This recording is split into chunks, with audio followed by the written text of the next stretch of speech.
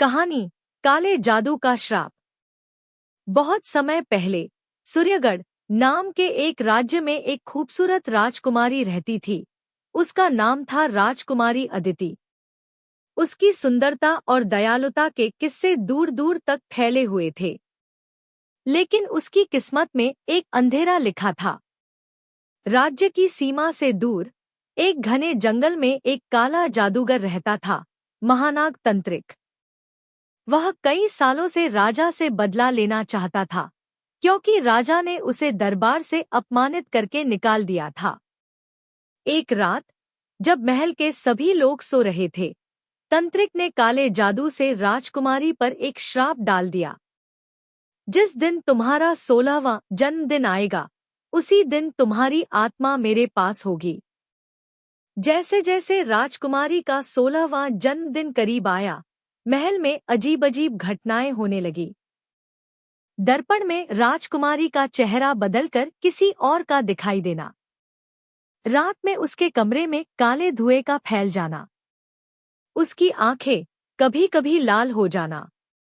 राजा ने कई साधुओं और मंत्रियों को बुलाया, लेकिन कोई भी श्राप को तोड़ नहीं पाया।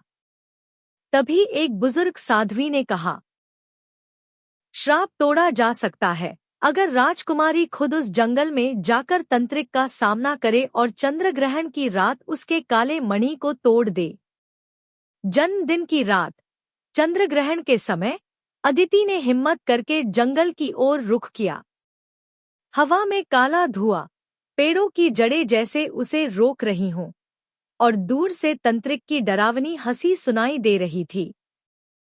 तंत्रिक ने उसे जादुई जंजीरों से बांधने की कोशिश की, लेकिन राजकुमारी ने अपने मां के दिए हुए पवित्र ताबीज का इस्तेमाल किया। ताबीज की रोशनी से तंत्रिक की शक्ति कमजोर हो गई और अदिति ने उसकी काली मणि जमीन पर गिराकर तोड़ दी।